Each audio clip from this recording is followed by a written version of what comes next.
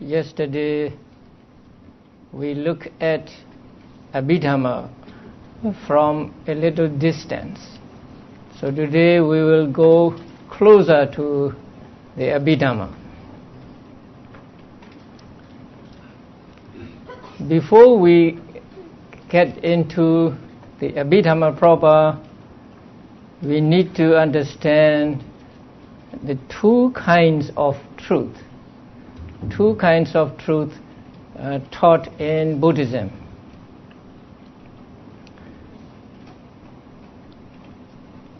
Now it is strange that in Buddhism there is not one truth. There are four truths taught in Buddhism. And truth is a relative term. And so it may mean different things to different people. So if you ask a Christian what truth is, then he will give one answer, and if you ask a Buddhist, he will give another different answer.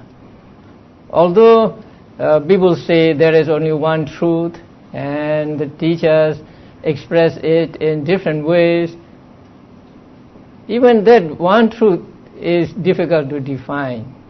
So for Buddhists, the truth is one thing, and for other people of other religion, truth may mean differently. So we must understand what truth means in Buddhism. And in Buddhism, truth is just explained as something that is not untrue. That means that is not otherwise than is stated.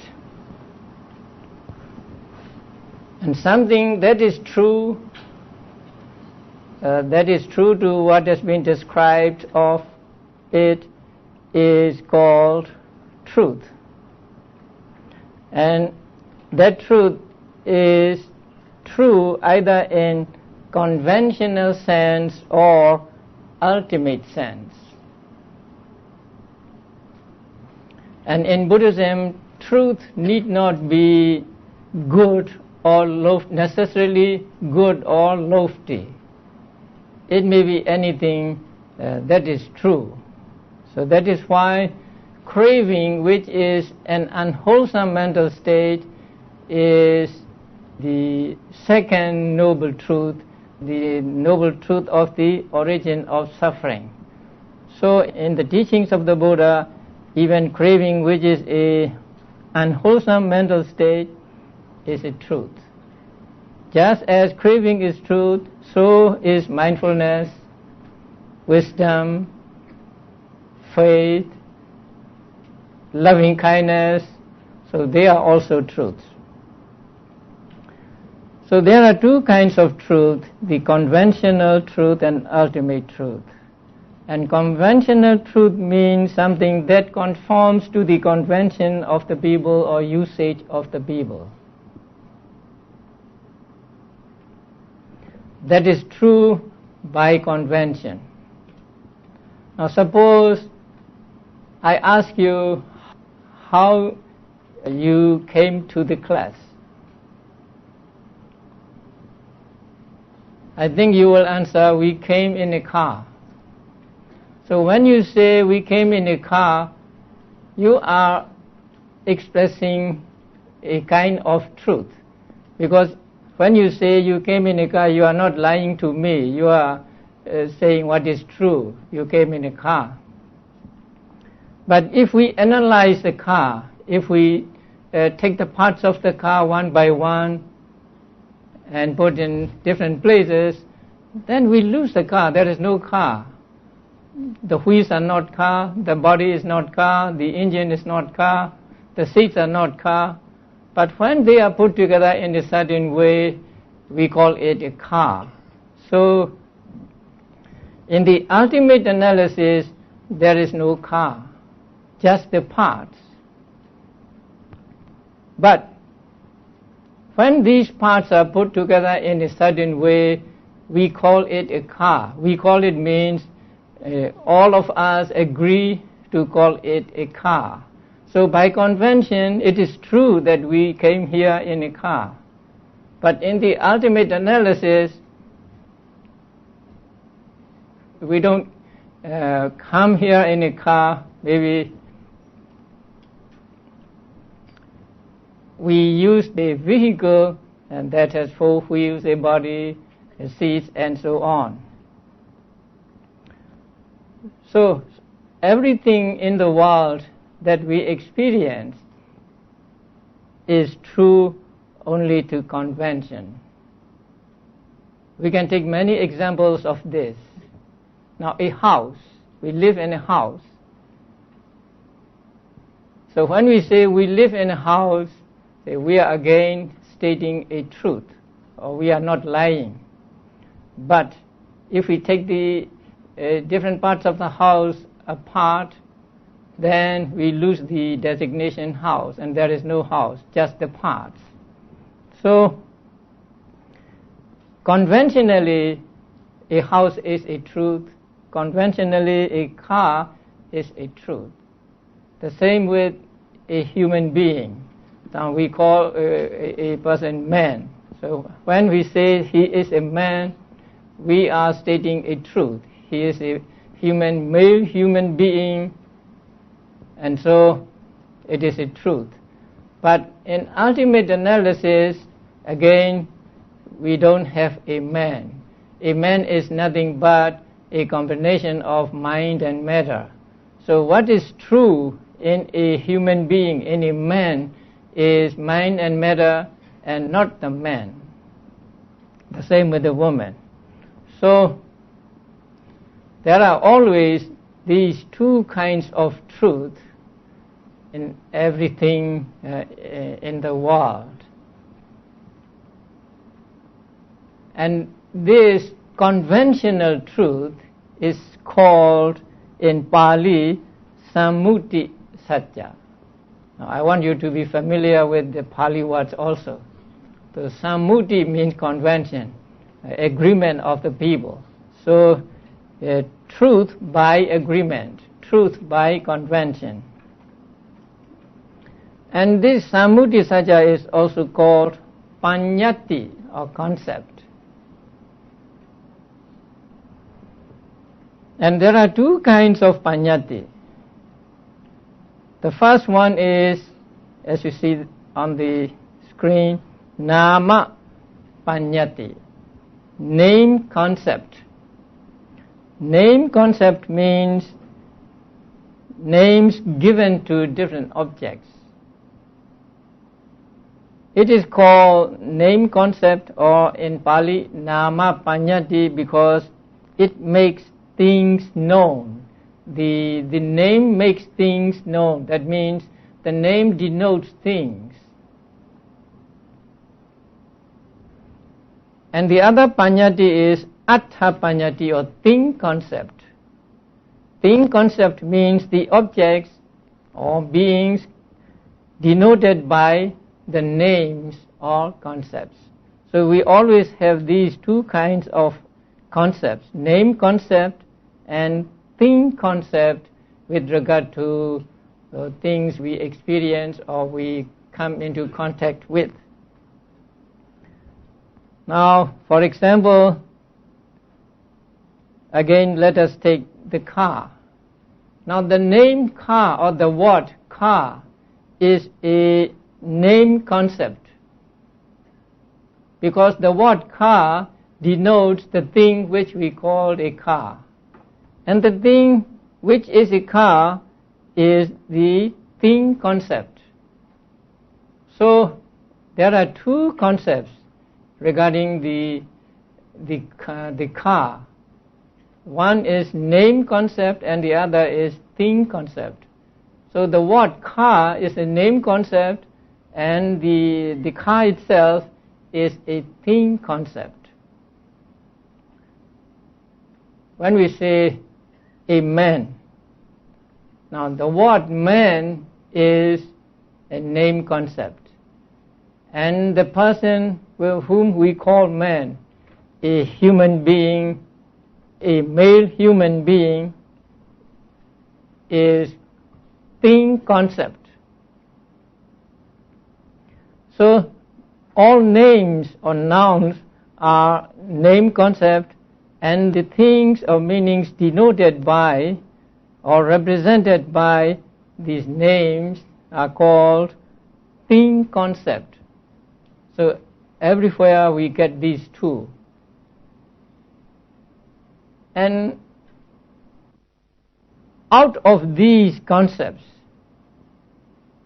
we take or we extract the ultimate reality. Now when we say a man, the name or the noun man is the name concept, and the man, the person we call man, is a thing concept. And from this thing concept we extract the ultimate reality, that is mind and matter. So what we call man is a combination of mind and matter, and so what is real in the man is just mind and matter, and not the man, because if we analyze the man into mind and matter, we lose the man himself. So everywhere we can get these three things: name concept, thing concept, and reality. Now in the example of a car, we may say that the word car is a name concept, and the car itself is thing concept, and the parts of the car are ultimate realities. Now again, this is just an example, because if we take the parts of the car, or if we look at the parts of the car, they themselves are concepts. What is real in the part is the material particles, a very, very small material particles. So the ultimate reality in the parts is the material particles. So with regard to conventional terms, we have these three things: name concept, thing concept, and ultimate reality. And this concept is said to be timeless. Now timeless means we cannot say that a concept is present or past or future, because the concepts exist only in our imaginations. We just think of these concepts. They have no intrinsic existence of their own. So we think of a combination of mind and matter as man, woman, and we think of the combination of parts as a car, a house, and so on. But we do not know when the concept came into being, whether it is present or future, simply because it has no real existence of its own. Because concept just exists in our imagination, and it has no division into present or past or future, it cannot become the object of vipassana meditation. Now when we practice vipassana meditation, we try to see the arising and disappearing of the objects, but we do not know when the concept arises and when it will disappear, because sometimes concept may seem to disappear, but actually they do not. Now the Buddha was a hermit Sumedha during the time of Buddha Dipankara. Now that concept, that name Sumedha, seemed to be present at the time when Sumedha was living, and he aspired for Buddhahood in the presence of King Buddha Dipankara and so on. But after he passed away, the concept Sumedha seemed to have disappeared. But actually it did not, because later on, when Buddha related his past life as Sumedha, it seemed to come into being again. And this name Sumedha will go on in our minds, say, as long as the world lasts, or even it may go on into the other worlds. So, Paññatti or concept has no, say, time frame. That is why Paññatti cannot become the object of vipassana meditation. Now the other truth is ultimate truth, and in Pali it is called Paramattha, Satya. Now Satya means truth, and Paramattha means ultimate, the final thing or final truth. Now the ultimate truth is that which conforms to reality. That means which we can really experience. Now, for example, we take consciousness. Consciousness is called an ultimate reality because it has existence of its own, and we can experience this consciousness in our minds, and we know when consciousness arises, we know that it arises, and when it disappears, we know it disappears. So consciousness is called an ultimate truth. It has existence of its own. Now you are listening to me, and you have hearing consciousness. At every moment you hear my voice. So you know that consciousness is a reality. Now when you see something also, there is a seeing consciousness in your mind, and you experience a seeing, and so you know that seeing or seeing consciousness is a reality. So the ultimate truth is that which conforms to reality, which has its own existence. And it is called Paramattha in Pali. And Paramattha is defined as the ultimate thing or the correct thing. It is called ultimate thing or correct thing because it is real as it is not otherwise than is stated. That means consciousness is something that is aware of the object. So when it is described as something that is aware of the object, it is the real awareness of the object and not otherwise. And so it is called ultimate thing or correct thing, or in Pali, Paramattha. Now, it is not like things at magic shows or mirage. Now, at magic shows, the magicians show us things that are not real, but we think that they are real.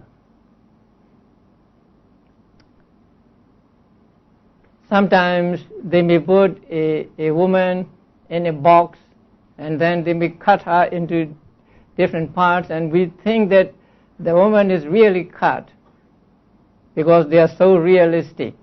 But actually it is just an illusion. And the same with other magical tricks. So at the magic shows, whatever is shown is always an illusion. They are not real. But this ultimate truth is not like magic shows. They are real. and they have their own existence, and also mirage. I hope you have seen mirage in your lives. I was told that you do not have seasons in Singapore. Especially in summer when it is hot, then you can see mirages. So they seem to be water, and you think there is water at some distance, and then you follow that water and it moves from you as you move. And so actually there is no water, but you think that that is water. So the mirage is actually an illusion and not a reality. The Paramatha or ultimate reality is not like mirage. It is real.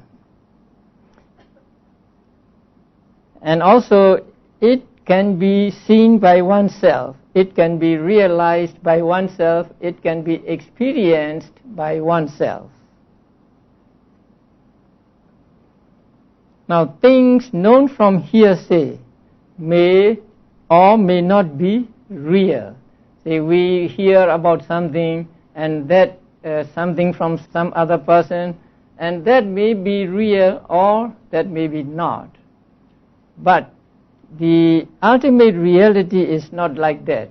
Ultimate reality is something that we can see for ourselves, that we can experience for ourselves, that we can realize for ourselves, especially through the practice of meditation.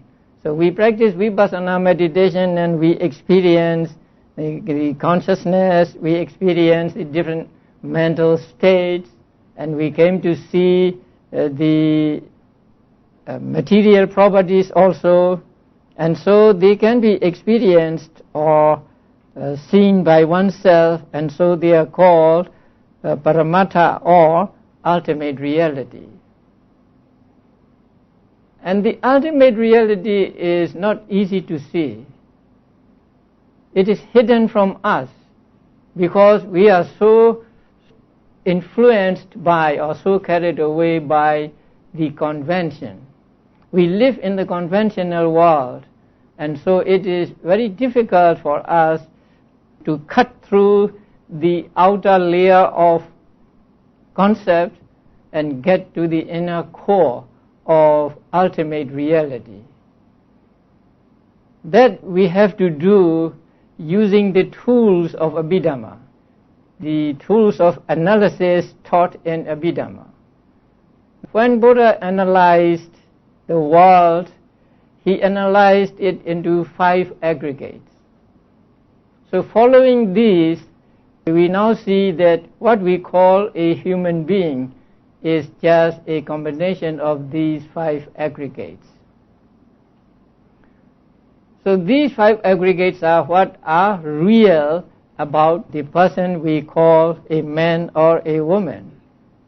And a man or a woman himself or herself is just an illusion. And we imagine that it is a being, it is a man, it is a woman, but in reality there is no man or woman apart from the 5 aggregates. So when we analyze the things we come across, or we analyze beings, we come to see that there are only these 5 aggregates and nothing else. And so these 5 aggregates are what are called ultimate reality. So there are always the conventional truth and ultimate truth. Now, with regard to terms of the ultimate truth, there are only 2 things: name, concept, and ultimate reality. So there is no thing concept regarding the terms of ultimate reality. For example, feeling. Now, feeling is a mental state or a mental factor, and it is an ultimate reality. So the word feeling or the name feeling is a name concept, but the feeling itself is not thing concept, because it is a reality. We feel or we experience the feeling. Sometimes we are happy, sometimes we are unhappy, or sometimes we are neutral. So we can experience the feeling, and so that feeling is an ultimate reality. So with regard to terms of ultimate reality, we have only two things: name concept and ultimate reality. So we can take anything as an example and try to find out the name concept, thing concept, and ultimate reality. So from anything or everything we can squeeze out the ultimate reality.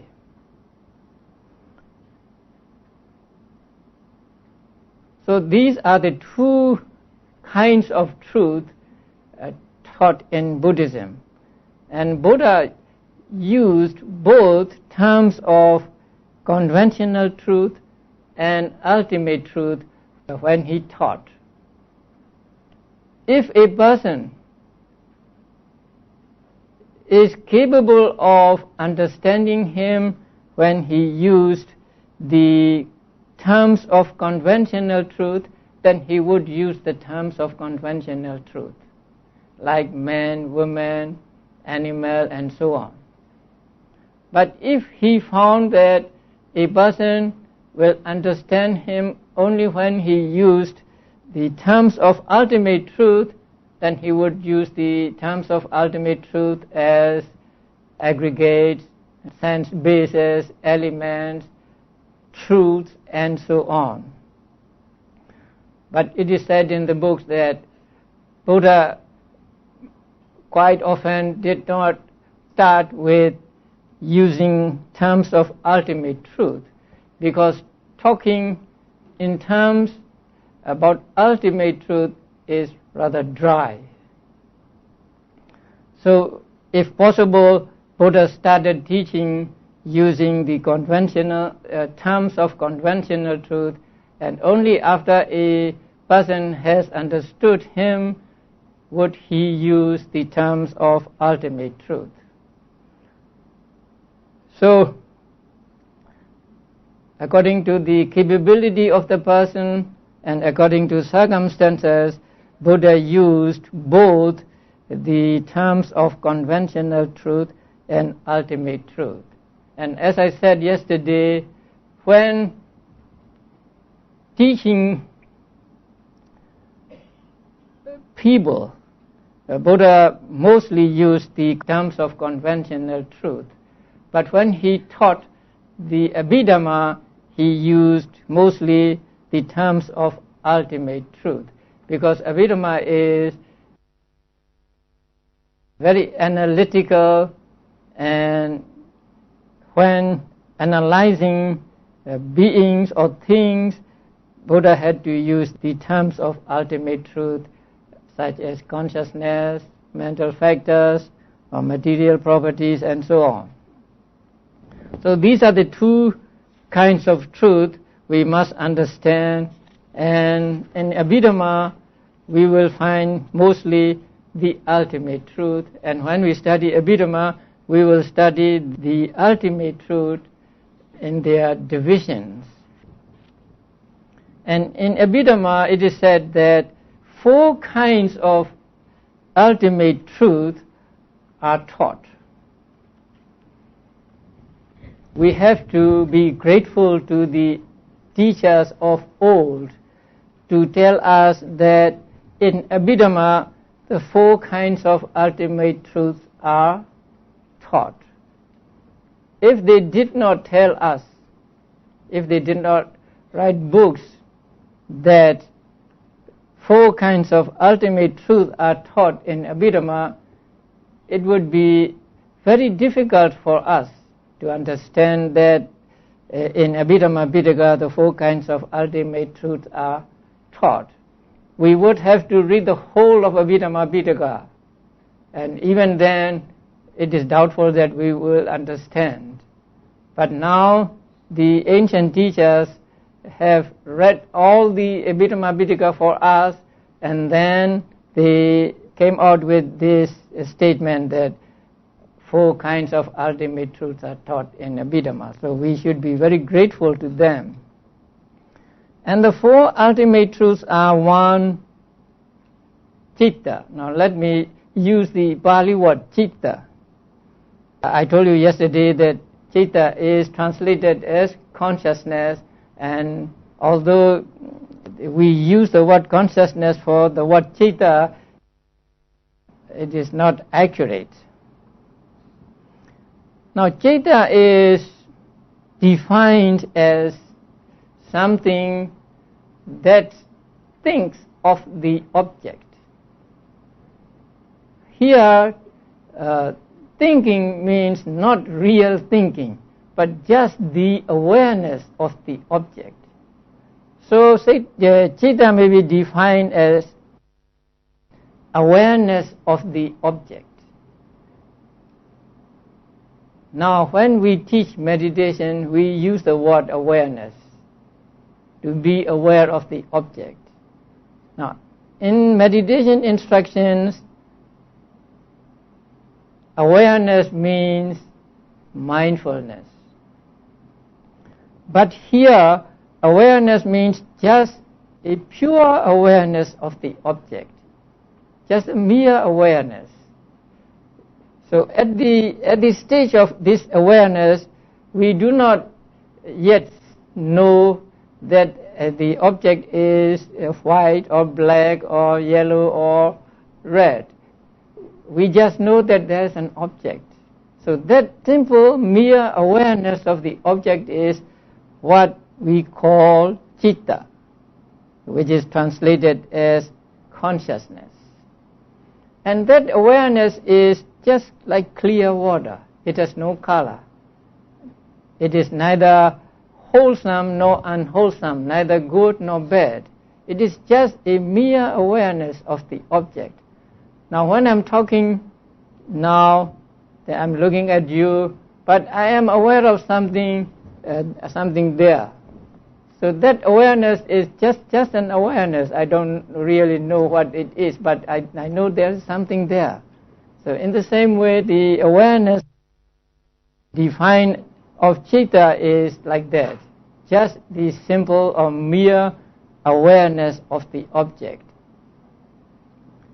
But when the commentators give the definition, they have to use the word chinteti in Pali, which means to think. But actually, thinking here means just knowing the object or the awareness of the object. That mere awareness of the object is what we call consciousness in Abhidhamma.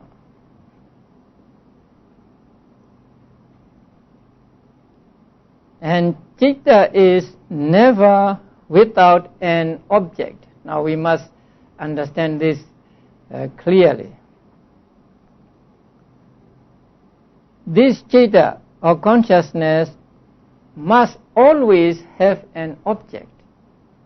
Since the definition is the awareness of the object, it must always have an object. So citta can never be without an object. Sometimes people say we put the mind blank without any object. But actually, without an object, citta cannot arise. There can be no citta. So citta is always without an object. That object may be a vivid object as we see something or as we hear something, or it may be an obscure object like when we are asleep.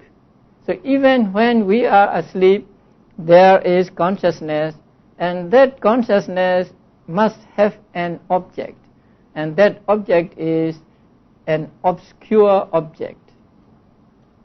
So citta or consciousness cannot be without an object at any time or at any moment. It must always have an object, since its definition is the awareness of the object or something that knows the object.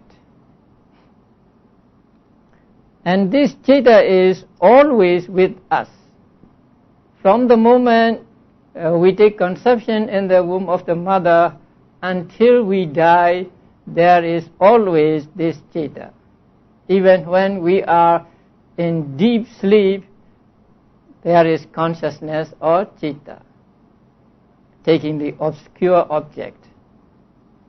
So we can never be without citta. That is, unless we become anagamis or arahants and enter into what is called attainment of cessation. Now, a person, after becoming an anagami or an arahant, if he has jhanas, he can enter into what is called attainment of cessation. Attainment of cessation means attainment of cessation of mental activities. So when he is in the attainment, in that attainment of cessation, then mental activity is temporarily suspended. So there is no mental activity during that time. It may be 1 hour, 2 hours, or it may be 1 day, 2 days, or it may be 7 days for human beings at most. If we are not anagamis, and if we are not arahants and not Buddhas, then we cannot enter into that attainment of cessation. And so for most people, citta is always with them. So we cannot be without citta at any moment in our lives. And then it is important to know the other words that mean the same thing, used in the suttas as well as in Abhidhamma. And these are, now the synonyms of citta, vijnana. Sometimes citta is called vijnana. So they are synonymous. Sometimes it is called mana or mano. Yesterday I told you the first verse in Dhammavada, mano pubbangama dhamma. So mano or mana is one synonym of citta. Sometimes it is called citta. The next ultimate reality is cetasika. The word cetasika is compounded of citta, cittas, and ika. So the word citta is also a synonym for citta. And then there is a word manasa. We may find this in some discourses, manasa. And the last is hadaya. Hadaya really means the heart. Now the heart is said to be the seat of many types of consciousness. And so the word hadaya or the heart came to be a synonym for citta or consciousness. So you may find these words when you read books on Buddhism and when you read books on Abhidhamma. So sometimes the word vijnana is used, sometimes mana, sometimes citta, and so on. So when we find these words, so we must understand that although the etymological meaning may be different, the real thing denoted by these words is the same. So consciousness is citta is sometimes called vijnana, and so on. And you will find the word vijnana later on when we study the individual types of consciousness. And in Abhidhamma, Citta is divided into 89 types or 121 types. So there are 89 Cittas or 121 Cittas taught in or recognized in Abhidhamma. Now we will study these later on, 89 and 121 types. So this is the first of the four ultimate truths. So the first of the four ultimate truths is Citta or consciousness. Now the second ultimate truth. The second ultimate truth is Cetasikas, mental factors or mental concomitants.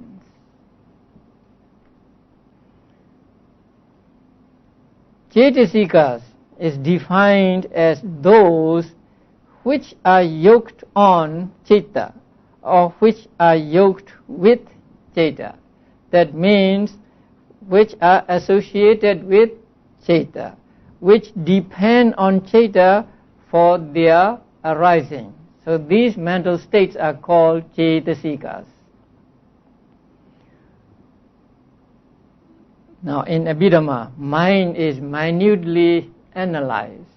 First it is analyzed into two, Citta and Cetasika. And then Citta is analyzed into 89 or 121 types, and Cetasikas are analyzed into 52. We'll come to that later. So Cetasikas are those that are associated with Citta. That is why they are called mental concomitants. That means those that are concomitant with Citta, or those that arise at the same time with Citta. And they are called Cetasikas because they depend on the Citta to arise. That means if there is no Citta, they will not arise. There can be no Cetasikas. Now Citta is defined as awareness of the object. Now when there is no awareness of the object, how can there be feeling of the object? How can there be understanding of the object? How can there be mindfulness of the object? So that is why Citta is said to be their leader, their forerunner. So Cetasikas or mental factors depend on Citta for their arising. Only when Citta arises do they arise, and if Citta does not arise, they cannot arise. So Citta and Cetasikas arise at the same time, simultaneously. But Citta is called their leader or their forerunner. So forerunner means just their leader, and their leader here means that the Cetasikas depend on Citta for their arising. And the Cetasikas have the following characteristics. Arising together with Citta. A Cetasika must arise together or at the same time with Citta. And perishing together with Citta. It disappears simultaneously with Citta. So they arise together, they disappear together. And they must have the same object as the Citta. So there is no such case as Citta taking one object and Cetasikas taking another object. So they must take the same object. And the last characteristic is they must have a common base with Citta. Now, there are material properties that are called bases. For example, the eye. Now, there are sensitive material properties in the eye, probably on the retina. So the eye is said to be a base for seeing consciousness to arise. That means only when we have the eye do we see. If we have no eyes, then we will not see, or there will be no seeing or seeing consciousness. So when seeing consciousness arises, it must depend on a base, a material base. Here, the sensitive parts of the eye. So the consciousness must have that sensitive part as a base, and so must the mental factors. They must have the same base, they must depend on the same base. So any mental state that is endowed with these four characteristics is called a cetasika. The cetasikas are analyzed into 52 in Abhidhamma, and we will be studying these cetasikas in due course. So this is the second ultimate reality. Now the third ultimate reality is rupa or matter. So matter is one reality taught in Abhidhamma. And matter or rupa is defined as something which changes when coming into contact with adverse conditions, such as cold, heat, etc. Now when we go out into the sun, we have one series of material properties, and when we go into the shade, we have another series of material properties, and so on. So the material properties with these conditions, such as cold, heat. Now when we are thirsty, we have one kind of material properties, and when we are hungry, another kind of material property, and so on. And here change means the obvious or discernible change, because mind changes also. Mind changes at every moment, but mind is not called a rupa. Only that whose change is obvious is called rupa. So in everyday term, rupa means matter or material properties. So they are called rupa in Pali because they change with cold, heat, and so on. And this matter exists in living beings and also in outside things. So there is rupa in our bodies or in us, and there is rupa in outside things, in trees, plants, mountains, rivers, and so on.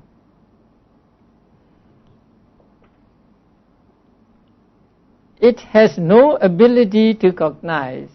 Now rupa has no power to cognize, so rupa does not know anything.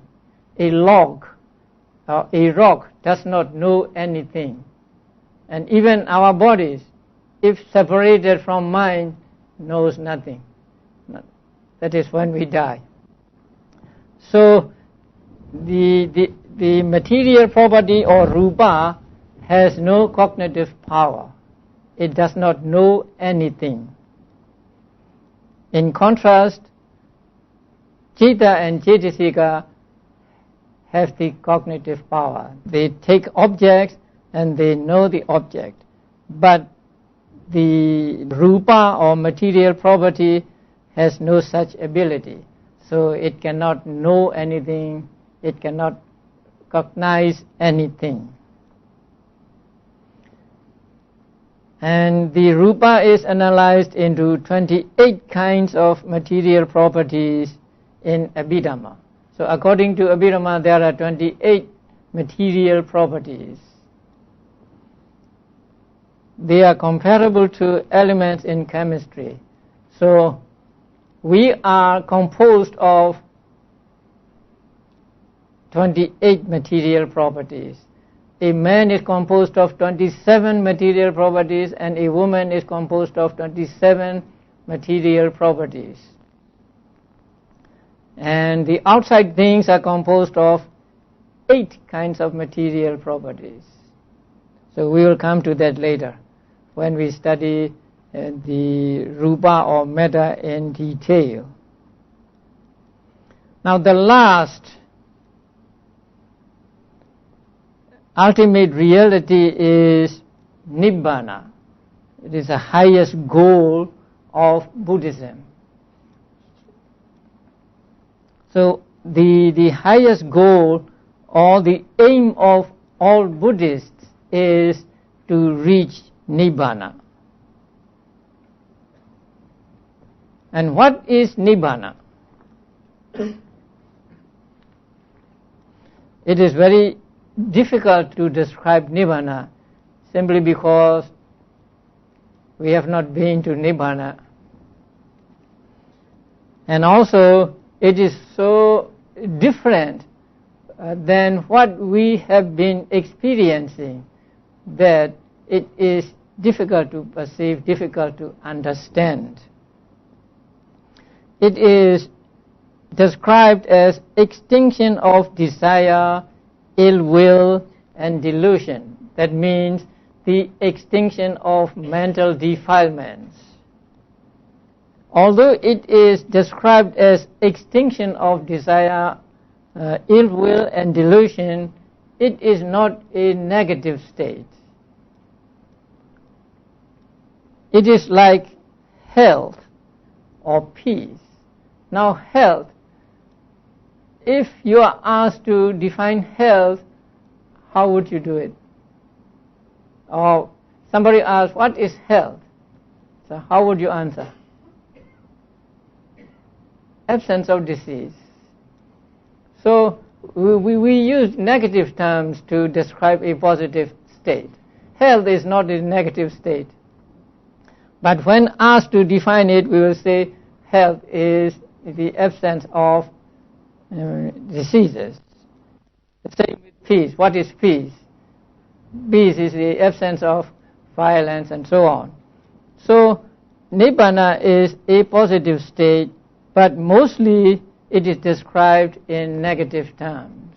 Not this, not this, not this, and so on. It is liberation or freedom from all suffering. So when a person attains final Nibbana, he gets free from suffering. So that freedom from suffering is also called Nibbana. Now, out of the 4 ultimate realities, the first 3 are those that are conditioned. But the last one, this Nibbana, is unconditioned. So it is not caused by anything. It is not the result of anything.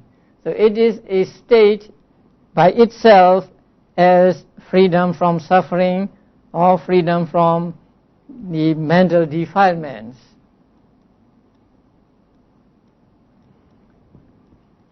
Now it is important to understand this, because there are some people who do not understand the Pali word for it, the unconditioned, asankata.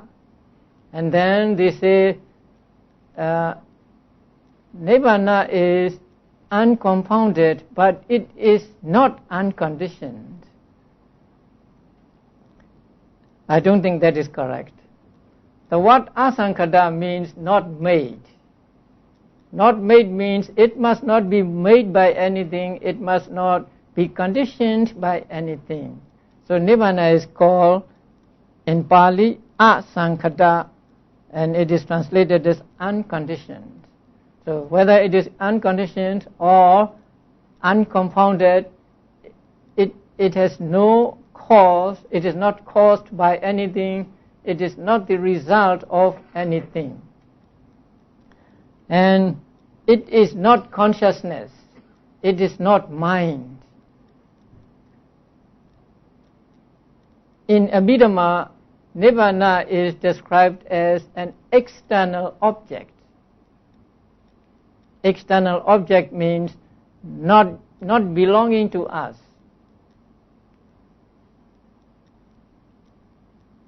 Just as we can take any external object as object, at the moment of enlightenment, the consciousness can take Nibbana as object. Only when the consciousness takes Nibbana as object does the consciousness possess the power to eradicate mental defilements. That means at the moment of enlightenment, a type of consciousness arises in his mind, and that consciousness is called a path consciousness, and that path consciousness takes Nibbana as object. It takes Nibbana as object, and at the same time it eradicates mental defilements. So Nibbana is an external object that can be taken as object by the path consciousness and fruition consciousness. But there is a saying in a discourse that all four truths can be found in this fathom-long body. The truth of suffering, truth of origin of suffering, truth of cessation of suffering, and truth of the way leading to the cessation of suffering. They can be found in this fathom-long body. But that does not mean that Nibbana exists in us, in our body, or in our mind. That means just that Nibbana is realized by oneself, and taking the Nibbana as object. So Nibbana is not internal, it is external, and Nibbana is not mind or not mental. It is no mind, no matter, so it is outside mind and matter. But there is a saying, or it is taught in Abhidhamma, that Nibbana is called Nama. That may be confusing. In the 6th book of Abhidhamma, Nibbana is mentioned as Nama, one of the Nama. But there, it does not mean that Nibbana has cognitive power or Nibbana knows the other objects. The word Nama is defined in two ways. The first is it inclines to the object. That is one definition of the word Nama. So what is Nama? Nama is something that inclines to the object, that bends to the object. That means that takes the object. That is one definition of the word Nama.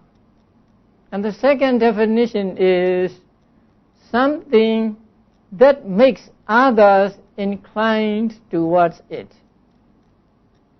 So there is a causative sense here.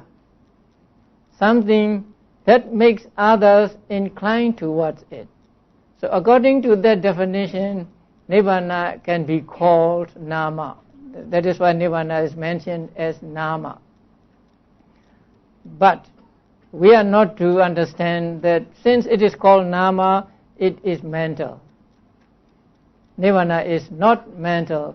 Nibbana is neither mental nor physical. Nibbana is something quite different from both mind and matter. Therefore, it is said that it cannot be adequately described in everyday terms. So in everyday terms, however much we describe Nibbana, we will not describe it accurately or adequately. But Nibbana is a positive state which can be realized through the practice of vipassana meditation. Only through vipassana meditation can one realize Nibbana. So these are the four ultimate truths: Chitta, Cetasikas, Rupa, and Nibbana. And these ultimate truths are taught in many ways in the 7 books of Abhidhamma. And in the Abhidhammata Sangaha also, which we are studying, these 4 ultimate realities are taught or described in detail, and so we will be studying these during this class. Okay, there will be a coffee break.